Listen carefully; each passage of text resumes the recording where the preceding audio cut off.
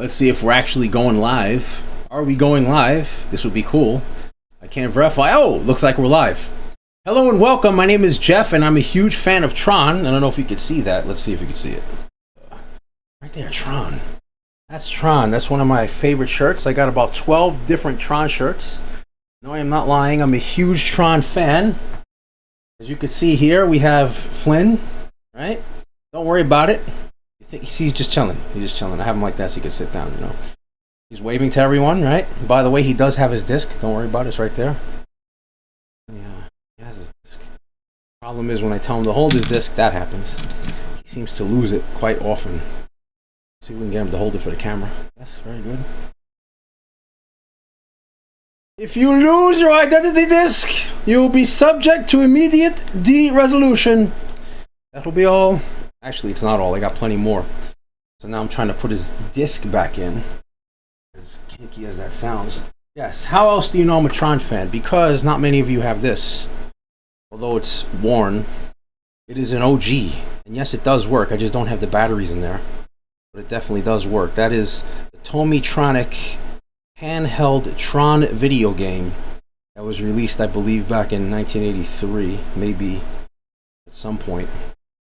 Yeah. So why am I doing this? I'm doing this because I love Tron.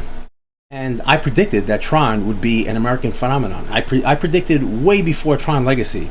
I've been trying to tell so many people about Tron and about how it has such a huge impact, not only on computers and video games, but just our, I guess, our awareness of artificial intelligence. And back then, there was artificial intelligence. We just didn't call it that because programs are artificial intelligence. And we know that, you know, programs is one of the words that are thrown around in Tron a lot by Flynn, Jeff Bridges' character. The main Tron character, by the way. Yes, I love Bruce Boxleitner. I believe that's how you say his name. I should know by now, right? But, you know, the movie Tron really isn't focused on Tron. It's focused on Flynn. And so I'm just going to go over a brief history of Tron and give my thoughts on it because I was there I was in the movies for the first Tron, believe it or not. I remember my experience because I went at least 3 times. I begged my parents to bring me 3 times. They did. Tron Legacy, I didn't have to beg my parents because by then I was already an adult. But I saw it by myself because I couldn't get anyone to watch it with me. Can you believe it? And now, of course, everyone's watching that on Never-Ending Replay. And Tron Ares coming out later this year. Hopefully I'll find someone to go with. I mean, I had someone to go with 2 years ago, but we won't get into that one, will we? Yeah, I taught her all about Tron, and now I won't be watching it with her, but that's okay. She already has a new boo, but who cares? I gotta find me a Tron girl. I need a Tron girl by October, all right? Seriously. Anyway, so the reason why I love Tron so much is because I remember as a kid, and I was young. I was really young. I was under 10, okay? And I was in the movie theater, and the reason why I wanted to watch it as a kid is because I was already into video games. You gotta understand, you know, video games were these gigantic machines to small kids, and it had all these bright lights, and you know, it was made out of wood, and it was this huge standing towering thing. I mean, I don't know how tall I was. I was like 4 foot tall, and I was a rotund kid. I was round. I mean, they used to call me Barrel because I had this little head and a fat body, so I was a little fat body, but I loved playing Pac-Man. But it wasn't just the experience of playing Pac-Man. It was having to stand on the milk crate in order to play it, but it was hearing the quarter go in the slot. Okay, it was pressing the 1-up button and actually you in full control of what you saw on the screen. Something that doesn't happen nowadays. In other words, now when you're playing Xbox, which by the way, I love playing Xbox. I play Call of Duty practically every single day. I play MK1, the new Mortal Kombat 1. Yes, I played all the Mortal Kombats in the arcade and at home as well, but I definitely play the new MK1. I'm addicted to Call of Duty Black Ops 6. I think I'm Prestige 1, like level 40. So, you know, it's like I don't play it that often, but I played enough to get Prestige level. And the one thing I will say about these modern games, they're not as responsive. And the reason why they're not as responsive is because you're dealing with 3D polygonal objects as opposed to sprites. And sprites were the foundation of all arcades. And what a sprite is, it's just something that reacts to the joystick.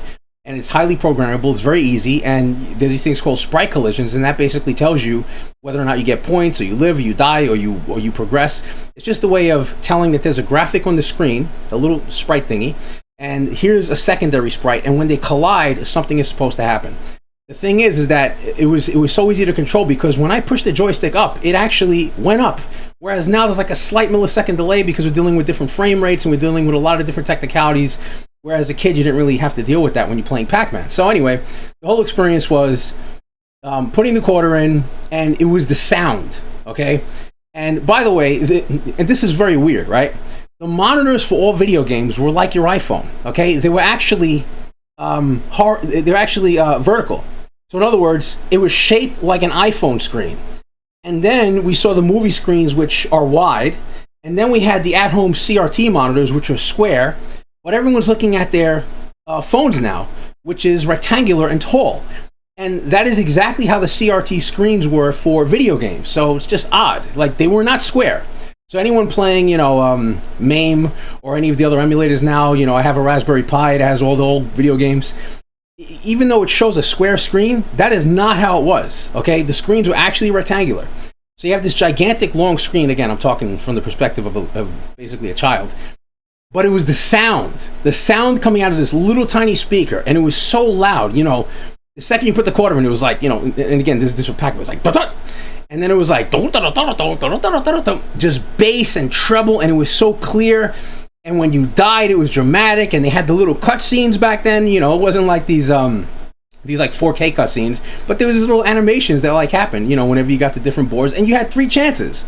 So if you screwed up the first time, you at least know you had 2 more. But then when you got to the third one, you're like, all right, I really got to do this because it cost a quarter, and a quarter back then, oh my God, what are you talking? Like probably like $2.50 now, you know. But anyway, so in other words, before Tron, Pac-Man was out there, and you know, I wrote down a bunch of other games. I mean, I can remember off the top of my head that there was another game that I loved called Crazy Climber. It was these 2 joysticks, and you had to move this crazy looking dude up the side of a building, and you had to dodge literally bird crap, and you had to dodge monkeys, which were basically trying to punch you. You had to dodge electricity, and most of all, you had to dodge these little guys with weird nondescript faces throwing shit outside of a window. I was trying not to curse, but they were throwing these little flower pots out of the window. So I was addicted to Crazy Climber back then. But anyway, in 1980, what year was it? What year was that for sure? Okay, let's go back to 1982. Pac-Man, Asteroids, Galaxian, Space Invaders. So video games were already, again, part of the collective consciousness of American, especially for kids, especially for me. So when I saw this advertisement on TV for this movie called Tron, the way they sold it was a guy gets pulled into a video game. Now, you know, you hear that as a kid, you're like, what do you mean he gets pulled into a video game? And then you see these blue and like red graphics and these like shining lights. You're like, what the heck am I looking at? So you just get mesmerized as a kid. I'm like begging my parents, you got to take me to see this. I'm sure they didn't even know what the hell was going on. But I get to the movie theater.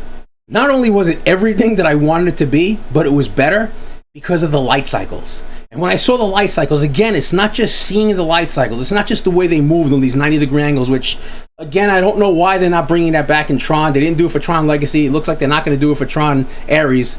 But the 90-degree quick turn of, like, the light cycles is what made it fun and interesting. And just, like, seeing the lights. But, again, it was the sound. It was this deep bass, and it was just crazy intensity. And then, of course, the discs, right?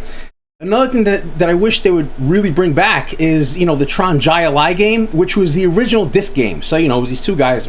I know I'm talking to a lot of you who already saw the movie, but if you go back and you watch the original Tron in 1982, the first game that Flynn, when he was pulled into the computer world, that he was forced to play was a Jai game. So Jai is this thing where you have to wear this thing on your arm and you kind of throw this ball, but you throw it to a ceiling and it bounces off, and if it hits one of the discs that you're standing on, the disc evaporates, and if you fall through the disc, that's it, you're dead. I don't know why they didn't modernize that. I was expecting to see that in Tron Legacy, but instead they made something called Disc Wars, which was a combination of the 1982 scene where they first introduced Tron, and, you know, it's like Flynn is like, who's that guy? And, like, you know, the other program behind them goes, that's Tron, he fights for the users. And so they kind of combined that with the Jai game, and, you know, which was, again, the original Ring game. And they put that into Tron Legacy. And again, I'm looking at Tron Ares and I don't see it. I wish they would do that again, where they actually give them these weapons with the balls of light, because that was a significant part of Tron, you know? And the discs, again, I don't understand it. Whenever Tron would throw the disc, it would leave this light trail. And it wouldn't fly perfectly straight. It would be doing these crazy curves and everything, but it had this bright white light trail. I didn't see it in Legacy, and I'm not seeing it again in Tron Ares. I don't know why they're refusing to do it, but that's part of the draw as like a child when you're watching this movie, like all the bright lights. Again, Tron Legacy, they did a really good job, but for me, I'm always gonna love the first Tron because I was there, and yeah, I saw it 3 times in the movie theaters, probably hundreds, and I'm not exaggerating, hundreds of times since then. I saw the VHS version multiple times. I have the old VHS, that's all gone and destroyed. Still have it as a souvenir though, somewhere. Gotta look for it. You know, I watched the DVD remakes, and like it's funny because I don't think that there's an original print of the one that I saw because there's a specific type of blue that was very reminiscent of Tron. It's kind of like the little light coming out of this webcam, but it was more like a sky blue kind of aquamarine, whereas the updated versions when they made everything better looking was more of a royal blue. And Tron is not supposed to be royal blue. He's more like that blue. See, like right somewhere between the white and the royal blue. Is he actually doing it? No, I see he's. Yeah, it's something like that. Something like that. But you know, they haven't brought back that version of the blue. Again, I'm getting all excited talking about this because I love Tron. But actually, I'll show you exactly what the color was because they got it right on this little machine. That is the color I'm talking about. So as you can see, it's not even matching the shirt, but that is the color that it looked in the movie. So it was more like a sky blue aquamarine. Okay, so it definitely was not royal blue, which is what you see in the updated versions of the Tron movie. So as a kid, I'm mesmerized, and then of course, I think it was in '83, they had the Tron stand-up arcade, and I'm like, holy crap! And you know, it was these 4 little mini games, but the one game that I loved the most was the light cycles, because they copied the sounds from the movies and they digitized all of the music. So it was a whole experience of Tron. And I remember thinking to myself, wow, I really like the main actor. And you didn't really care about Tron because Tron wasn't the main character. The main guy was Flynn. And the second guy that I always pay attention to was Dillinger.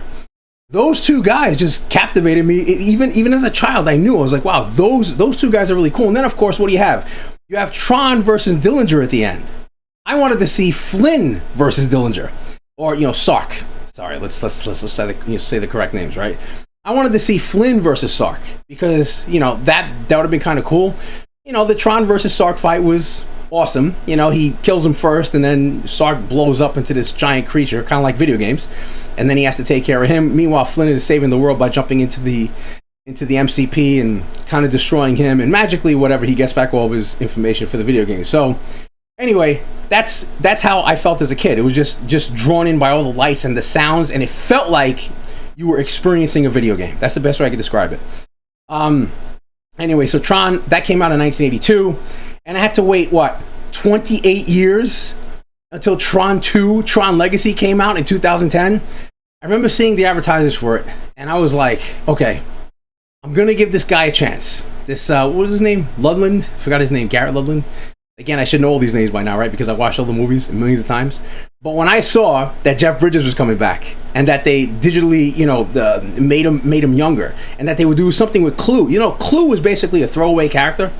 So, like, if you look in Tron 1982, Clue was Flynn's AI, basically robot. And okay, I'm gonna give you the quick premise of Tron. This is a very quick premise. Tron is about a guy named Flynn who's a video game programmer. He made 3 video games, and they were stolen by a company called Encom. And Encom was basically profiting off all of his video games, and they changed the verbiage on these documents in order to make it look like Jeff Bridges' character Flynn did not own the video games. So Flynn was basically forced to open up his own arcade and live inside the arcade in like a little patio attachment that he had on top. And basically that's how he had to live, even though he was this genius programmer that created all these amazing games that he was very good at playing. So the whole point of Tron is that he has to find a way to get into the machine database in order to pull out the information that shows these are the original documents that the MCP, the Master Control Program, digitally converted into, basically making it seem like that Dillinger's the one who created these video games. He's profiting off of them. So Encom basically owns all of the rights to Flynn's video games. Well, when he goes to try to go to the Master Control Program, the MCP basically uses the technology that they showed you early in the movie for digitizing things. So they take an orange and they shoot it, and then they bring it into the into the machine. Basically using the premise of the Star Trek thing, where whenever you transport yourself, you're essentially dead. So you make a digital copy of yourself and then you spit yourself back out, and allegedly your consciousness remains intact, but you know, that's something for another day to discuss. Anyway, the MCP uses that technology to basically kill Flynn in the real world, bring him into the computer world, and then Flynn figures out a way somehow. And again, you know, it doesn't have to be explained because you don't have to explain fun things. It's just fun. He jumps into the MCP, he gets spit back out in the exact same spot that he got shot into. For him, it was just a few seconds. For everyone else, it was just a few seconds. But for him, it was like this crazy adventure that lasted either days or hours. It's not described, but you know that it was very rapid for him. And he comes out and he has all the information. It's being printed out on a printer to the right. And that's it. Presumably, he owns Encom. And at the end of the Tron movie, the final word, I believe the final line is, "Greetings, program." And so that's basically Tron 82. And I've been waiting 28 years for them to finally come out with Tron Legacy. So when I see that Jeff Bridges is in it, and now, of course, he's presumably this millionaire because he owns Encom, the whole premise behind that was that since he discovered that there's an internal world in Tron, he was trying to build a new digital world that people could explore, and he used Clue, which they call the codified likeness utility. I mean, they really did their best to try to make sense of what Clue meant. But I think that the original meaning behind Clue in 82 was that Tron was looking for clues where he can find his video game database. Again, that's just my conjecture and speculation, because they never said Clue meant codified likeness utility, but they need to find a way to make him relevant in Tron Legacy. Anyway, I'm glad that they kept the orange color, because the two primary colors that they would always use was just red and blue, and you knew that blue was good and red was bad. So orange is somewhere in the middle, so he was more like a rogue character, which is kind of cool. So they kept that, and Clue was basically Flynn's slave. And he had one directive, and anyone who's been, you know, who is a programmer knows that a program has a function, and it has to follow that function, and if it doesn't work, then you get something called a syntax error, and you have to go back, you have to debug it, and you have to try to fix it. Well, apparently Clue was told, you have to build the perfect system, and because he was building such a perfect system, these things called ISOs, which are basically isomorphs of other programs, were created. So they were these like digital babies, this like digital life form that emerged that Flynn's character did not expect. Now, for some reason, Tron was still around, which doesn't make sense to me, but you know, the movie's called Tron, so they had to have his character around. And so Clue decides that he's gonna go after Flynn because he's like, well, you wanted me to, you know, to build the perfect system. Well, I have to eradicate these ISOs. And Flynn is like, no, we're gonna like keep the ISOs because it's kind of cool that they're emerging. But Clue's program doesn't allow him to understand, because he's just a program. He's not an adaptive program. He's a set, straight program. And, you know, he doesn't understand why, if you want me to make the perfect system and you have these ISOs, well, with the ISOs, they're not perfect. So I'm going to have to get rid of the problem. And you're the problem stopping me from getting rid of them. So he attempts to kill all the ISOs. And I think they called it the Great Purge. And I think he got rid of all the ISOs except one. And that's of course the Cora character, who ends up, you know, again, presumably falling in love with Jeff Bridges' son. But again, what made Tron Legacy good? It wasn't the main character, which was supposed to be Tron's son, Sam Flynn. It was actually, once again, Jeff Bridges, because Jeff Bridges played two characters. He played Clue and he played Flynn. And at the end, he does the exact same thing that like he did in the past. He sacrificed himself in order to save the system, and he's dead. That's it. So Tron Legacy happens, but something interesting happened where Sam Flynn grabbed Cora and they both escaped. So that left it open for, oh, well, you know, you could bring programs into the real world. So when that happened in 2010, I'm like, okay, well, it's a huge setup for a sequel. I can't wait to see it in 2015. Nope. 2017. Nope. And they kept talking about Tron 3, and then I'm waiting, and I'm like, you know what? Tron 3 is never coming out. So in the background, I'm just going to admit a couple of things. Jared Leto plays Joker, and I couldn't stand the Joker. I couldn't stand the way he was talking and doing all this crazy stuff. I hated Suicide Squad Joker. Hated it.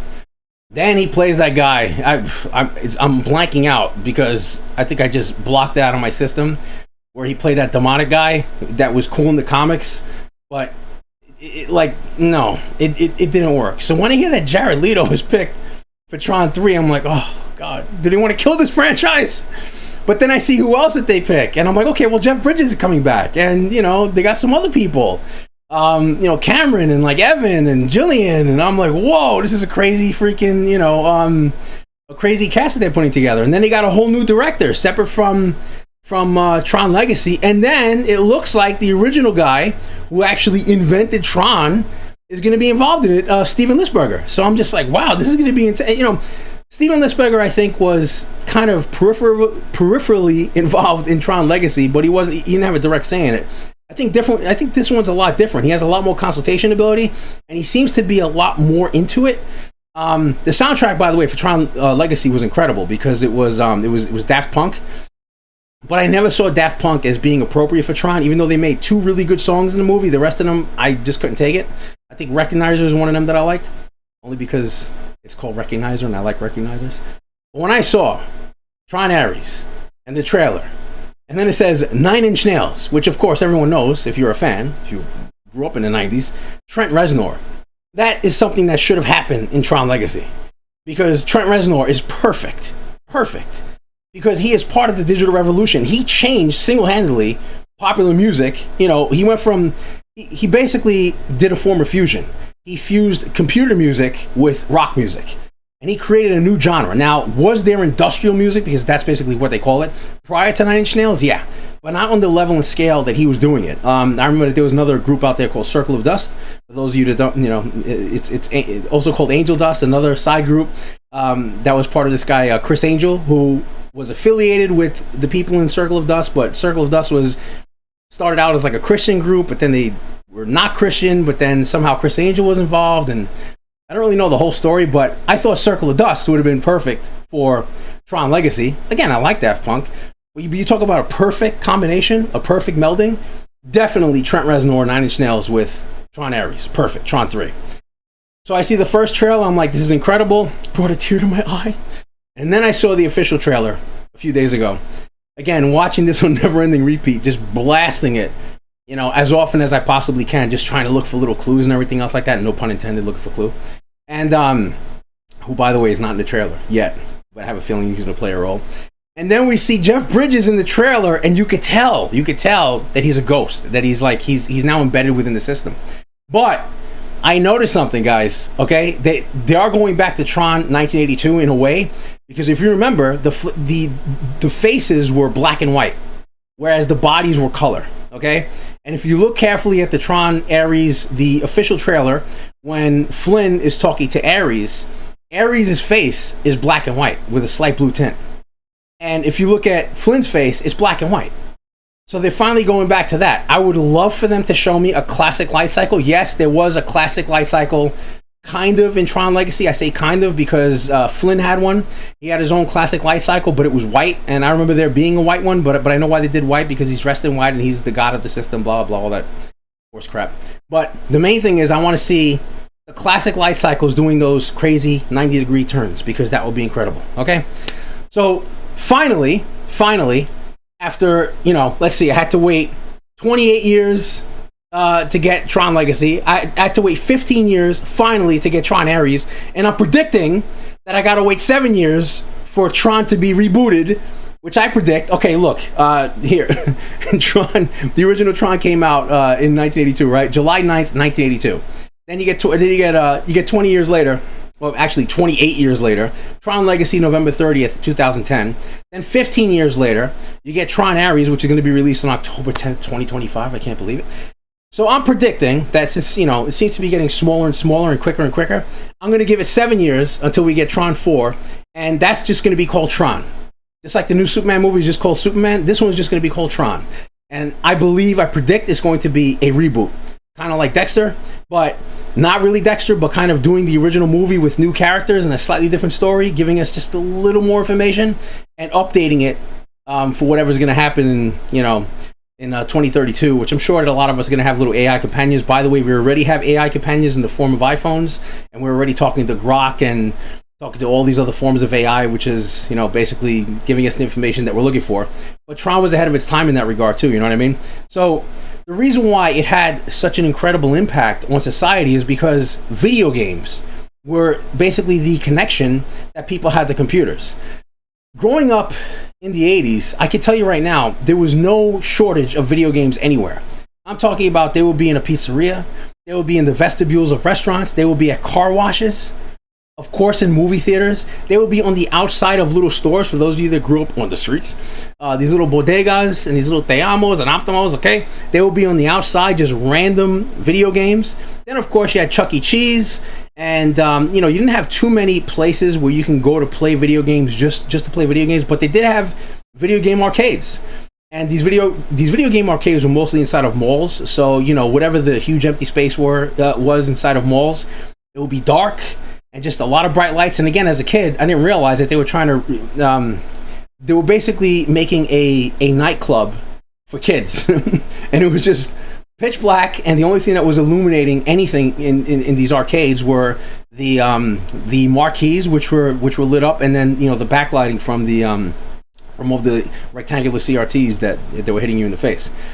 So when Tron came out, it was absolutely amazing. Now, you know, I'm looking at all these reports, and it basically said that computers, that like home computers weren't even made yet, and that video games were not that popular, and video games were taking a nosedive. I'm like, wait a minute. I remember begging my parents, and they couldn't afford shit, but somehow I got one from a friend, begging my parents for a Commodore 64. So I had to look up and see when the Commodore 64 was first released. And let's see, did I write it down? Oh yeah, August 1982, right after Tron. And you want to know what was released prior to that in Japan? The VIC-20, 1980, 2 years earlier. So like when people say there was no personal computers when Tron came out, there was personal computers. And you know, IBM, called International Business Machines, didn't have Microsoft yet, I don't believe. I mean, Bill Gates was in the background developing, you know, the MS-DOS, okay? But, which by the way, MS-DOS was simply a representation of Bill Gates, because Bill Gates didn't have any kind of corporation. He was just a single entity. But I digress. So, there were home computers. There were personal computers. I think overseas there was the Sinclair, right? So there were these personal computers. And by the way, do you want to know how they got into households? They got into households by saying, oh, here's a personal computer, and guess what you could do? You can play video games on them. Because what was around since the late 70s or mid 70s? The Atari 2600, which by the way had clones. It was called the Sears clone. I had the Atari. I didn't have the original one because, like I said, broke ass parents couldn't afford it, so we had the Sears one, which I think was a hand-me-down. And guess what games I had? That's right, Tron. I think it was called Deadly Discs. It looked nothing like the Deadly Disc arcade version. But by the way, there was two Tron arcades. I'm sure you guys know this.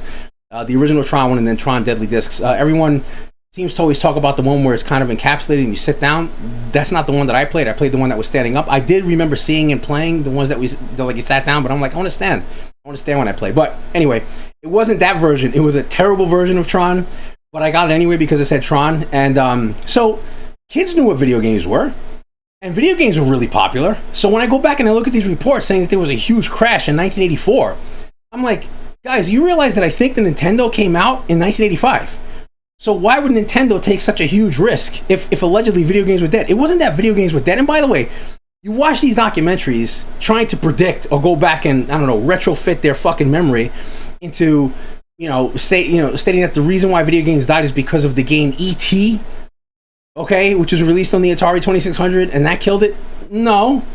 First of all, E.T. was sold out everywhere. I couldn't get a copy. Friends of mine couldn't get a copy, right? When I finally did play it, it didn't suck. As a matter of fact, it was basically E.T. You can extend his neck up and down, and you're supposed to get Reese's Pieces, and you're running away from this guy who looked like a spy. I didn't even know why that rhymed, but it did. And he's wearing like a hat, and he's a scary looking dude. He had to run away to different rooms, and it was just like, okay, well, we gotta find a spaceship. The game didn't suck. That is not what killed video games. By the way, video games were not killed. And then there was another documentary where they dug up a bunch of buried games and shit. Dude, maybe the reason why that they had those games, buried in that landfill is because they had to get rid of the games, not because they were trying to kill the system. Because if they had all these leftover games, no, like basically Bushnell, I think, sold it. And then the people that he sold it to didn't know what the hell to do it how to continue the business properly. So they had to find a way to get rid of it. So in order to save money, they just buried it inside of a landfill instead of destroying the cartridges, which I think would have been the humane way of doing it. So again, that documentary saying that the Atari was killed by E.T. or it was killed because they like deliberately wanted to kill it. Why would Nintendo have a successful release of the original what was it called? The the SNES Master System with like the robot, and they had Gyromite with Duck Hunt, and they gave you a gun because video games are still popular. So, you know, that's a bunch of horse crap. So, and then I also remember that Sega had a game called the Sega, it was the Sega Master System. See, I'm actually confusing it, but I know it from memory because I had the original Nintendo with the robot. But yeah, it was the Sega Master System, and then it was the, what was it? The Nintendo. Oh, the NES, Nintendo Entertainment System. Again, going by memory because I was thinking of the SNES, Super Nintendo Entertainment System. But then there was also, prior to that, there was Intellivision, and then prior to that, there were these take-home games from like Atari with Pong, and there was these other games that I remember where it had like a little card-like thing that looked like a credit card, and you would slide it in there and play that. And I'm not talking about TurboGrafx 16, that came later. But like I'm talking about in like the very early 80s. So video games were hugely popular. Computers were hugely popular.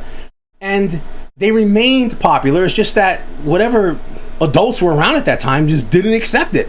And they saw computers as useless objects or basically business machines. And the reason why IBM profited so much is because they had the right name, International Business Machines. But people could have and would have used computers in ways that they're using now, where basically you have a microchip and everything.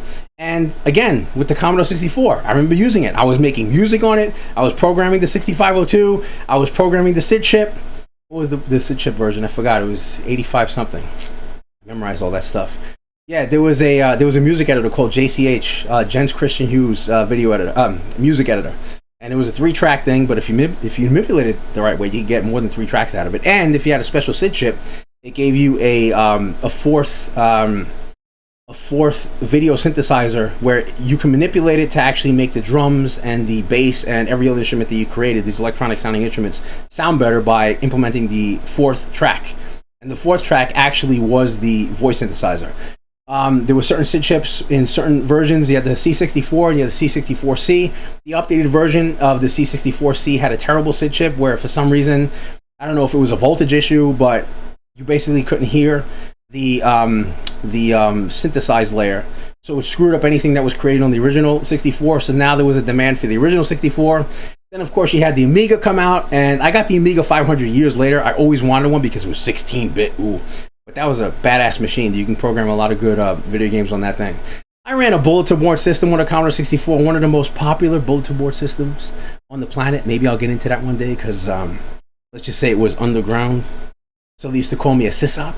I didn't have a co-sysop because for this kind of board, you didn't want a co-sysop. And basically a bulletin board system is a computer connected to a modem, and you can only have one person at a time unless you have multiple modems, which a Commodore 64 cannot accommodate. But I had my little RS-232 cable connected to a hard drive, which was, believe it or not, a whopping 40 megabytes. And on this 40 megabyte drive, you could probably have about 10,000 Commodore 64 games. To put it into perspective, you could probably emulate the Commodore 64 100 trillion times on your iPhone and it wouldn't slow it down.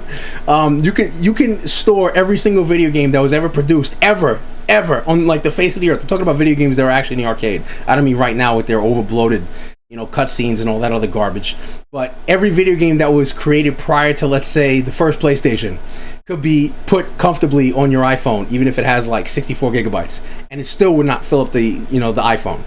So there was an efficiency in programming back then. There was efficiency in making video games. Again, sprite collisions and all these other things, which just made the video games a lot more playable and powerful and fun. But I went off on a huge tangent because I'm showing you how significant Tron is to the zeitgeist. I hate using that word, but Joe Rogan throws it around a lot, and I know it. It's that documentary about 9/11. But I like to say the collective consciousness of people worldwide, because you can relate to Tron now, because now whenever you create a personality online, that's not you, that's your avatar. That's like the person that you want to be. And most of you out there, I don't know why you're so angry. Like, I look at some of my comments. Like I have this, I got the little YouTube page with some people there. And, I put a lot of UFC stuff on there. And like a lot of the times I'm just throwing up a video, clip or something. And I'm looking at the clips and, the commentary. Very angry. Or they get angry at me because I'm writing something in like the caption. And it's just anger. Very, very angry. Like, you got to calm down with the anger. Try to be more stoic. Okay? And it's just like, we're trying to have a discussion here. And these avatars that you guys are creating on Instagram and TikTok and all these other systems, it's not you. So Tron is trying to tell you that the thing that you're creating inside of the virtual world is a representation of you, but it's not you. And basically we can all relate to that now, right? We have our online personalities and we have our real life personalities. You would never interact, ever, with people in real life the way that you interact with them in the digital world. Because you wouldn't get away with half the shit you say if you saw me in person and you wrote these comments. It just wouldn't happen. And honestly, like, everyone wants to be nice in person, but I think that when they walk away, you know, all like the jealousy, greed, and envy kicks in and they start talking a lot of junk. But then when you get in their face again, suddenly they're nice and happy. Guys, just be normal, okay? Just be cool, all right? Everyone likes cool people. No one likes jerk-offs. Don't be a jerk-off. So Tron basically taught us, you know, hey, that digital representation is not you, and Flynn found that out. You know, he found out that, like, you know, Tron was not like, what's his name? What was the character's name? I know it's Bruce Boxleitner, but what was Alan? All right. So Alan and Tron were two very different personalities. Okay, Clue and Flynn, two very different personalities, very rigid. I think the only one that they screwed up on where he was the same character was Ram. But like, you know, and then, you know, Sark was basically a perfect representation of Dillinger. But for the most part, that's not the way it is. You know, you have these fake digital representations of what you believe to be, or what you think is cool, or what you think people want to see. Guys, no one really cares. Just go out there, be happy, have fun. And I went off on this huge tangent. And why? Because I'm stimulated by Tron Ares. Can't believe it's coming out later this year. So let's see if I actually have any listeners. No one is viewing, no one is watching, but that's okay. Look, I hope that someone finds this video useful. And I hope they find as much excitement in watching Tron 3 as I will be in October. I don't have a date yet, so if there's any hot chick out there, you know what? Just an intelligent chick. To me, you're going to be hot if you like Tron. Contact me. Let's go to see Tron together, because I need a smart, intelligent woman who can actually process this with me.